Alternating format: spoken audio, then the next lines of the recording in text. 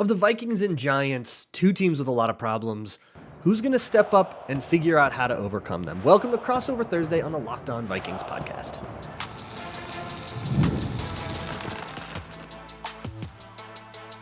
You are Locked On Vikings, your daily Minnesota Vikings podcast, part of the Locked On Podcast Network, your team every day.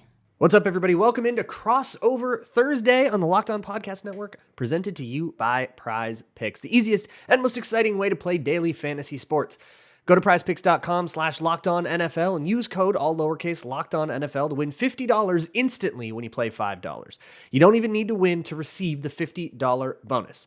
PrizePicks, run your game. Now here's Patricia Traina with Locked On Giants. Hello, everybody. Welcome to the very first crossover edition, Crossover Thursday for Locked On Giants, Locked On Vikings. I'm Patricia Traina, credential member of the New York Giants media and your host for Locked On Giants, joined by my colleague, who is the host of the Locked On Vikings podcast, Luke Braun.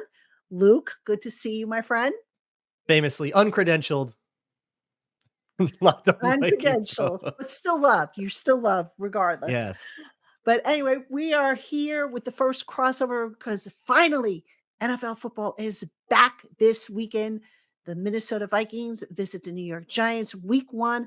Maybe a little bit of a revenge match. We'll have to see. But on today's program. Is it for who, though? Because I feel like winning that game tricked the Giants. Like, can we get that elephant out of the room right away? Ed Donatel is the greatest sleeper agent in Philadelphia Eagles history. We could, but a little bit of a revenge game. I'm sure that the Vikings going to want to get even with the Giants for that playoff. But who knows? Maybe the Giants will want to get even with the Vikings for stealing JJ McCarthy. But who knows? But anyway, on today's program, we're going to take a look at the Minnesota Vikings in segment 1. We'll take a look at the key storylines, the biggest, the key, what we need to know on offense and defense. And then we're going to flip it in segment 2. We'll talk about the Giants. And then in segment 3, we'll talk about keys to victory. So a lot to get to. And Luke, since the Vikings are the visiting team, let's start off with the offense. Tell us about the challenges, the big stories that we should be paying attention to regarding the Vikings offense. It's been something of an off season for the Minnesota Vikings. So here's where we've been, right? We signed Sam Darnold. He was brought in to be the bridge, right? To start 6 or 7 games while the rookie gets ready. And then when the rookie's ready, he's in. Whoever that rookie was going to be ends up being JJ McCarthy, famously the Giants passing on JJ McCarthy. So here, like, McCarthy was never going to start week 1. That they always had a plan for him that like they were very comfortable being patient and not forcing that. And it's like, man, like, look, if he shows up and he's absolutely gangbusters, then sure. And he was starting to make that argument, but it still felt a little bit like, yeah, we've got a long way to go. Why rush it? Then he has his knee injury, has knee surgery, out for the year. So that's over now. It's just a Sam Darnold year. And now injuries abound. Jordan Addison, currently, he gets carted off the field during joint practices with the Browns. He's still basically doing warm-ups and going back inside. Jalen Naylor is supposed to be their wide receiver 3. Now he's off the field. And we have to see how that injury report plays out over the week. By the time listeners hear this, we might have more information about those situations. So look at the injury reports. But as we are recording this, not sure what's going to happen there. TJ Hawkinson, he's on PUP. He won't be back till at least week 5. So all of the pass catchers that they have to take the pressure, to take the attention away from Justin Jefferson, or to punish defenses that give Justin Jefferson too much attention, are out. The next, like, most prolific pass catcher is going to be like Brandon Powell or Johnny Munt at tight end. I mean, it is truly right now Justin Jefferson and like whoever's. If Addison plays, if Naylor plays, I'll start to feel a lot better about that because Naylor had a gangbusters camp. Jordan Addison, we feel great about him, especially taking the top off the defense. But if neither of those guys are available, it's definitely going to be the Justin Jefferson show. And to a point where I think the Giants would be naive to ever leave him one-on-one. Make somebody else beat you. I think that might be, and make Sam Darnold beat you, who knows what we're going to see from him. He's had a great camp. He's played a lot more responsible football than he has in the past. He's a little bit of a grown up Sam Darnold, more mature Sam Darnold, but he's still Sam Darnold. And we haven't seen, we've only heard about this in theory. We haven't really seen it in action yet. So it'll be kind of a proving ground.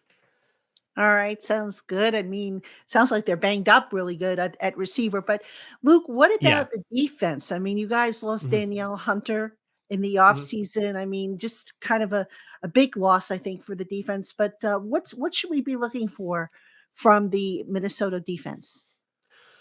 It's going to be a blitz fest, probably on both sides of the ball. With Brian Flores, they replaced Hunter. They tried to kind of replace him in the aggregate, to quote the Moneyball movie. They got Jonathan Grenard, who was the premier pass rusher on the Texans last year. He was their kind of their big free agent signing was Grenard. And they have Andrew Van Ginkel, who's also like a dyed in the wool Flores guy. And then they draft Dallas Turner in the first round, in addition to McCarthy. He has had a fantastic camp, fantastic preseason. They shut him down for the last preseason game. He had proven what he needed to prove. So you're going to have this kind of rotation of 3 edge rushers, guys lining up over guards on third down, blitzes, weird stuff, and then all the same kind of secondary stuff they had. But the secondary is really the issue. At safety, they're really excited. They've got Josh Metellus. They love him. Of course, Harrison Smith is Harrison Smith. Cam Bynum, I wouldn't be surprised to see him get an in-season extension, if not one coming down the horizon soon. But at corner, they have 34-year-old Stephon Gilmore. They have whatever's left of Shaq Griffin. Byron Murphy, they feel pretty good about him, but there's a lot of question marks all over the secondary, not to mention the depth. They have experience. They had Mekhi Blackman, who tore his ACL. Of course, their 4th-round rookie, Kyrie Jackson, he passed away in a car accident this offseason. The corner room is decimated. And so they had to kind of patch it together with a bunch of old guys. So it's like it makes them one of the oldest teams in the league this year, just because they're having to sign the guys that, the old guys are the ones that sign in August, so they don't have to do most of camp, Yeah, I know the feeling. So Luke, how overall, what are you most concerned with? The offense or the defense at this point? Most concerned, definitely the defense, but everything has its question marks. Like, here's the thing about this matchup, right? This is like a week 1 game without playoff implications. Like, there's always a couple of those where you've got 2 teams that look like they're gonna finish last in their own divisions, right? Hey, everybody's 0-0. Go prove them wrong. Love it. But that's the projection right now. And I think whichever team can kind of figure out its problems is the one that's going to have more success in this game. It's a very like an internal game. It's not about, can I answer your questions? It's about, can I answer my own? So, I don't know. I don't know where the Vikings are going to be. There are so many question marks going into this one. And after this game and then week 2, they play the 49ers at home. I think after those 2 games, we'll get a sense for really what was just kind of blowing smoke and what was actually a problem, what was actually good, things are going to feel a little more real after those couple weeks. But it's tough because everything's like theory right now. Yeah. All right. Don't go anywhere, Vikings fans and Giants fans, because right after this, I'm going to talk to you about the New York Giants. We'll be right back. Today's Locked On Vikings, Locked On Giants crossover is brought to you by PrizePicks, the best way to play daily fantasy sports. It's America's #1 DFS app with over 5 million active members. It's the best way to get action on sports in most states, including California, Texas, and Georgia. And you can now win up to 100 times your money on PrizePicks with as little as 4 correct picks. They've got a lot of promos and deals going on all the time. For example, right now, all of September, 1 Caleb Williams passing yard gets you 1 win on PrizePicks. So throw that into whatever your play is. 1 passing yard gets you a win. That is just going to up your EV so well. PrizePicks is daily fantasy made easy. Gone are the days of entire lineups and having to know this like whole comprehensive team making a whole fantasy lineup. How about just the players you like more than or less than their PrizePicks projection? And their PrizePicks projections are often completely off the wall insane if you can find the ones that you like. So head on over to PrizePicks, download the PrizePicks app today and use code LOCKEDONNFL and get $50 instantly when you play $5. That's code LOCKEDONNFL on PrizePicks to get $50 instantly for any $5 play, whether you win or not. It's guaranteed. PrizePicks, run your game. Welcome back in, Vikings fans, Giants fans, to this crossover Thursday episode of Locked On Vikings and Locked On Giants. Luke Braun here with Patricia Traina. So tell me about the Giants now. This has been a weird offseason in a large part because you guys got a look in, an exclusive look in, courtesy of HBO, of a lot of the really tough decisions, whether or not to move forward to Daniel Jones, what to do with Saquon Barkley, and Joe Shane talking through all of that stuff. So I guess, how did Giants fans feel about how all of that played out? I think you got a lot of people who are hopeful. I think that's the best word. I mean, look, the Giants, most of the last decade plus, not a very good football team. A lot of make or break type seasons coming up for members of this team, including head coach Brian Dable, who if things just fall apart, I would not be surprised if ownership starts to reevaluate where things are at. But on offense, the biggest storyline, obviously, there's actually two: Daniel Jones and Malik Neighbors. The Giants, as you just mentioned, they lost Saquon Barkley in free agency. So now the offense is going to flow through the passing game. And the Giants receivers is probably the strength of the team right now, led by that rookie Malik Neighbors, who, yes, folks, he has come as advertised. I mean, he's just amazing. The question becomes, though, can Daniel Jones get back to being the player that he was in 2022 when he famously led the team to a 9-7-1 record and a playoff berth, including a win over the Vikings?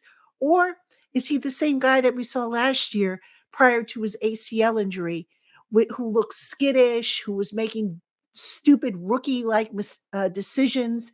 What are we going to get from Daniel Jones? And here's the other thing. The Giants not having Saquon Barkley to bail Daniel Jones out. So now the onus is on him. But more importantly, let's talk about the offensive line, because that has been a problem for the Giants. That's the question. Yeah, like Evan Neal against some of these new edge rushers the Vikings have. Well, we won't see How's that Evan going to Neal. work? Yeah, we won't see Evan Neal, I don't think. Oh, okay. Evan Neal, is he hurt? No, he basically he was on PUP to start training camp because he had a setback in the spring.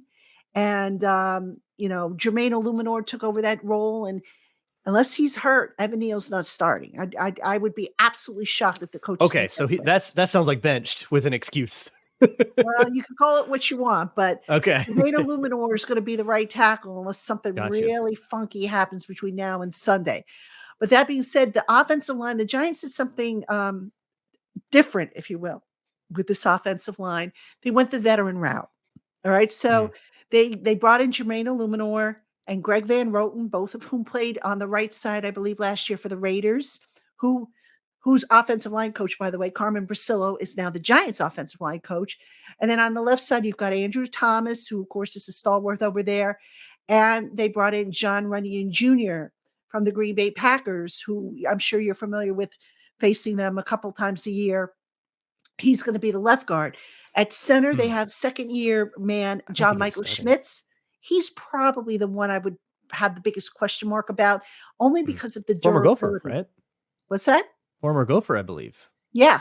John Michael Schmitz from Minnesota. Minnesota. Yeah, his durability has been an issue this summer. So, overall, though, you watch the offensive line this past summer, the starting offensive line, there's reason to be optimistic that they are going to hold up and they're going to give Daniel Jones the protection that he needs. Now, we'll have to see about the running game because you've got Devin Singletary in there instead of Saquon. I think the running game will be fine. But really, if you had to pick one area where I think everything hinges on Daniel Jones, who is coming off the ACL. Can he be the guy he was in 2022? They actually need him to be that and better if they want to go places. So what I remember about the 2022 Giants, there was a lot of scrappy, right? There were a lot of close games and stuff. But also it was because it was a Saquon Barkley offense, it was a very quick timing offense. It was, short, get the ball to your playmakers and let them do stuff in space. Malik Neighbors is different. Malik Neighbors is a downfield guy. So how do we feel about Daniel Jones throwing to like a primarily deep receiver, or will it be a whole bunch of tunnel screens and Malik Neighbors doing yak stuff and all that? Like, what? How are the Giants looking like they're going to try to use this kid? Yeah, I think they're gonna mix things up. Actually, you're going to see timing patterns. I mean, we saw a lot of them early on, and I don't know, those of you who followed my coverage, I was talking about how Daniel Jones was overshooting guys or under, Hmm. shooting them or whatever. So the timing was a little bit off, but they're going to take their shots down the field when they are there. Now, if you're expecting them to throw deep to Malik Neighbors on every pass, no, that's not going to happen. The Giants, if you look at how the rest of their receiving core is built, they've got Wan'Dale Robinson, who's a quick, shifty little runner slash receiver out of the backfield. He can pick up yards after the catch. You've got Jalen Hyatt, who can also pick up yards after the catch as well as go deep downfield. And then let's not forget about Darius Slayton, who's the oldest guy of the group. He can take the top off of a defense. So they've got a mixture. They like to call their receiver group like a basketball team, where you have a mixture of different types and athletes who can do different things. That's what the Giants have. And that's why the receiver group right now is probably the strength of the Giants offense. This is going to be so interesting because I think a lot of the strengths of both of these teams attack the weaknesses of the other team. So again, it's going to come down to, who can overcome their own problems and sort of neutralize that effect. But I haven't asked about the defense at all. So defensively, we don't need to go over the roster player by player or anything like that. But do you still expect it to be blitz heavy Giants? It's still Wink Martindale, right? Do No. you expect it to? Oh, it's not. Okay. Oh, right. He retired. Shane Bowen. Okay, so what do we expect out of this defense then? In particular, coverage wise, when they've got one very serious threat to deal with, and then kind of nothing else. Yeah, it's interesting. The strength of the Giants defense is their front seven, and Shane Bowen's philosophy is like the polar opposite of what Wink Martindale ran. Whereas Wink Martindale lived and died by the blitz, Bowen will blitz, but you're not going to see fancy stuff coming in from the defensive secondary. You're not going to see a blitz on 40+% of the snaps or the dropbacks. You're going to see them try to get home with the front seven. And of course, the addition of Brian Burns, the hope is that he will give them or create a pick your poison type of scenario along with Kayvon Thibodeau and Dexter Lawrence up front on the defensive line. The real problem for the Giants right now, the question mark, is the defensive secondary. Now, all summer long, I screamed about how I was concerned about cornerback 2. They didn't, they had Nick McLeod, they had Cordell Flott competing for cornerback 2. Neither of them really took the job. So actually last Friday, the Giants brought back an old friend, Adoree Jackson. The question now becomes, is Adoree going to be ready for Sunday's game? Because obviously there's being in shape and there's being in football shape. So is Adoree going to be ready? That we don't know. We'll have to see how the game goes through. But, you mentioned it before. Justin Jefferson, he's going to get a lot of attention from the Giants. I suspect he's going to be doubled every turn.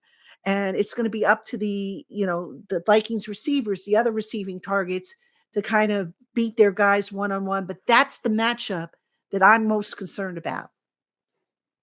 It's going to be very fascinating to watch these teams try to deal with like really big tests at all of their points of weakness. We'll go over next here what each of these teams has to do to bring home the W. Today's crossover episode is brought to you by LinkedIn Jobs. LinkedIn Jobs will help you find professionals that are right for your company's role. Whether you run hiring for a small business or a bigger firm, you got to find somebody that's right for your business and its unique needs and the role's unique needs. Everything is a little bit of a snowflake in the world of hiring. No two jobs are the same, and LinkedIn understands that. And they have the biggest pool you're going to find anywhere. And a lot of it is exclusive because LinkedIn isn't really a job board. It's more of a social media. Over 70% of LinkedIn users don't even bother visiting other job sites. And a lot of them aren't even looking for positions, but yours might be perfect for them. So go to LinkedIn. 86% of small businesses get a qualified candidate within 24 hours. And over 2.5 million small businesses use LinkedIn for hiring. They have all kinds of ways to make the process easier on you and help you find that perfect candidate. Post your job for free at linkedin.com/lockedonnfl. That's linkedin.com/lockedonnfl to post your job for free. Terms and conditions apply.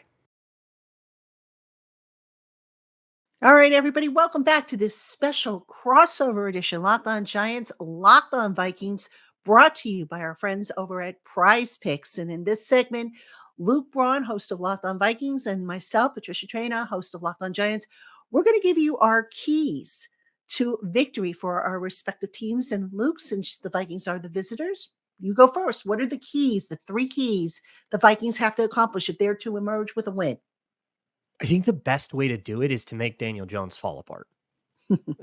As you have alluded to in camp, if you can get him rattled, and they're going to send the world at him all the time, right? So if you can get him rattled enough to either totally shrink down into a 2 yards a pop kind of, check downs only offense, or force, run through his patience and get him to start forcing the issue and making mistakes, I think that's the best way to do this. Generate turnovers, generate chaos. Keep them from that Malik Neighbors go ball down the sideline against a corner that, hasn't been good in 3 years. Keep that out of there by getting so much pressure on them that they can't throw a 30-yard pass because they don't have time to wait for it to develop. They can't do deep downfield concepts that are going to attack some of the zone coverages they'll see there. That pressure is going to be everything. And if they're going to win, that means they're going to have to immediately get like the defensive line. It's optimistic because they did quite a lot. They spent a first round pick. They spent the most money on D-line in free agency versus any other position. They went hard at their D-line, but we have to see proof of concept now. And if the Giants O-line is a question mark, then it's like, okay, if you can't get pressure on these guys, then we got a big problem. If that's going to be the mismatch, so they have to take so much advantage of the mismatch that's in their favor that the Giants can't take advantage of the mismatches that aren't in their favor.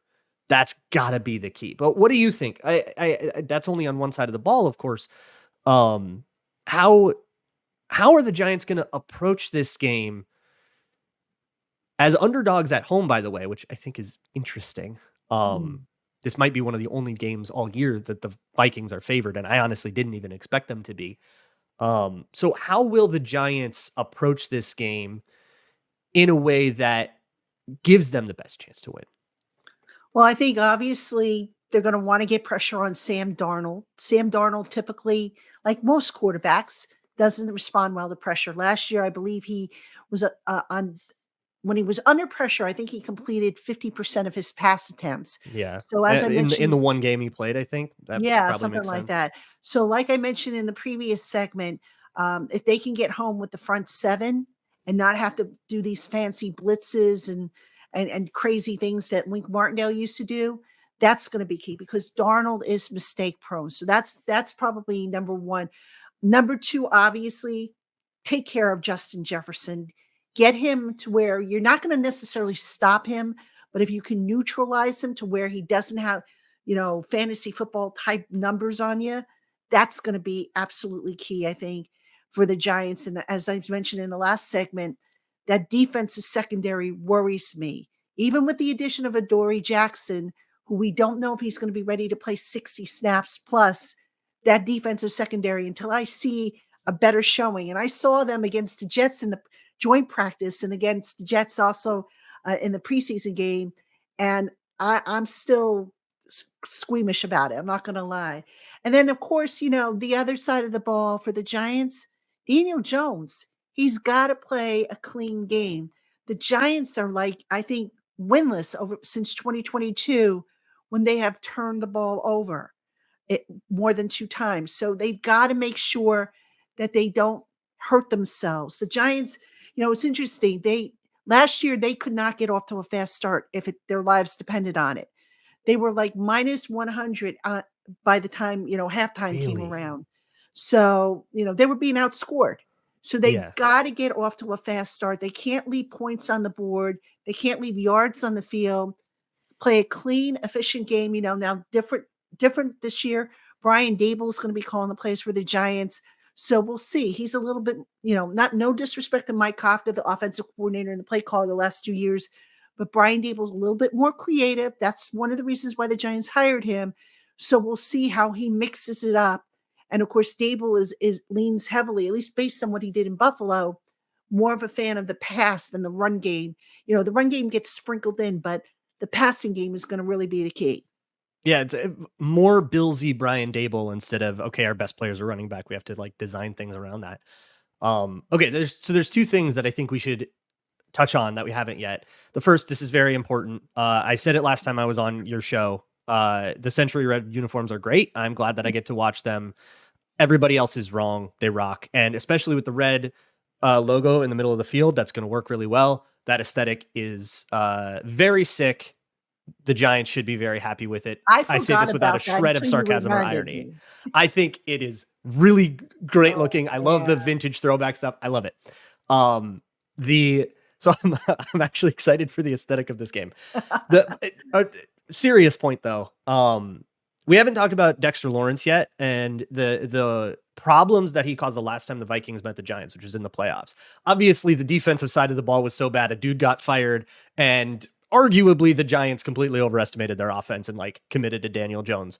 So that was an issue. But on the Vikings offensive side of the ball, maybe the difference that prevented them from being able to keep up with all the scoring the Giants were doing was Dexter Lawrence absolutely smoking the interior. That's Bradbury, that's Ingram. The only change since that game that the Vikings have made to their entire offensive line has been at left guard. And that's a guy named Blake Brandel, who has been a backup the whole time, who's getting a basically uncontested starting role. Everybody's really raising an eyebrow on it, but the Vikings swear by it. They say he's got this. They even signed Dalton Reisner, who they kind of brought in to be a de facto Ezra Cleveland replacement. They traded Cleveland to the Jaguars, and now Reisner's hurt, but it did not appear like he was going to be competing really seriously for that job anyways. Like he was given very much a backup contract. So Blake Brandel, starting left guard, and the other two guys that Dexter Lawrence absolutely made mincemeat of last time. So if you're looking for a way to get pressure up the interior there with Dexter Lawrence, he might be the key of keys on that defense. Yeah, I mean, the guy is coming off a second straight Pro Bowl. He was a second team All-Pro. Best player they have on defense. No, arguably the best player at that position now that Aaron Donald's out. Like, I think you can make that argument because so many nose tackles don't do anything in pass rush. In pass rush. And Dexter Lawrence, not only does he do stuff in pass rush, sometimes he's the focal point of the pass rush. That's so weird. Offenses aren't used to that. I know. I'm not used to seeing that either. Yeah. It's actually quite nice to see, actually. Yeah. All right. So, Luke, before we say goodbye to everybody, I'm not going to ask you for a score, but who wins the game Sunday? I guess I'll go with the Vikings because they're favored, but I genuinely have no earthly idea. There are so many variables and question marks. There's, hey, both of us feel pretty bad about our secondary, but we're not sure. Both of us feel weird about our QBs, but we're not sure. We're weird about the O-lines, but we're not sure. Like everything, we have a vibe, but what's real and what isn't is going to come out. But I do think that by the end of like the first quarter, we'll get a sense for exactly what's real and what isn't, and we'll have a much easier time kind of gathering the vibe of the game, like pretty early.